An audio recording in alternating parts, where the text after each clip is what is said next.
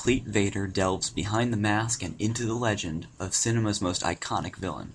With production insights, concept art, pull-out photo spreads, and removable paper accessories, it compiles the history of Anakin Skywalker and his transformation from Sith Lord into pop culture legend. The Complete Vader comes out today, Tuesday, October 18th, 2011, and if you haven't decided to pick this book up yet, if you're looking for an excuse to add this to your collection, check out this video walkthrough, and I think you'll see why this is a must-buy. Ryder Wyndham and Pete Vilmur do a great job of really narrating the history of Vader both as a character and as a pop culture phenomenon. They tell you about his life as young Anakin Skywalker on Tatooine. They describe how he grows up throughout the prequel trilogy. They even have Clone Wars content in this book as well.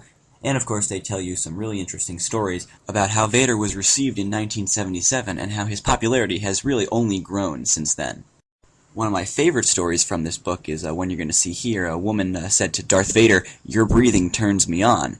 And it's kind of an interesting thing to say to Darth Vader. He said, "What does that mean?" She says, "It means, what are you doing after the signing?" And of course he replies, "I will be fighting the Rebel Alliance." I found that really funny. You don't really think about Hollywood audiences have never seen Vader. They don't know what to make of him. And of course this woman goes up to him and asks him on a date.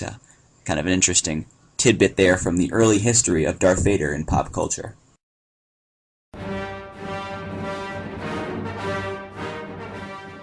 As someone who grew up with the prequel trilogy, it was interesting to see how Darth Vader was represented in the early days of Star Wars.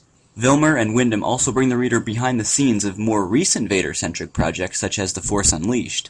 They balance this text-heavy historical record with a variety of imagery, from on-set production stills to promotional items, heralding the Dark Lord of the Sith. And speaking of the historical record, right here you can see part of an interesting section on Skywalker lightsaber continuity. That's just one of many interesting sections in the book. Another one deals with the Japanese influence on Darth Vader's armor and the Sith Lord's resulting popularity in the land of the rising sun.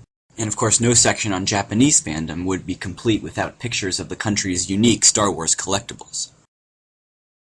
At the end of the day, this book is the definitive resource for information about the history and popularity of Darth Vader.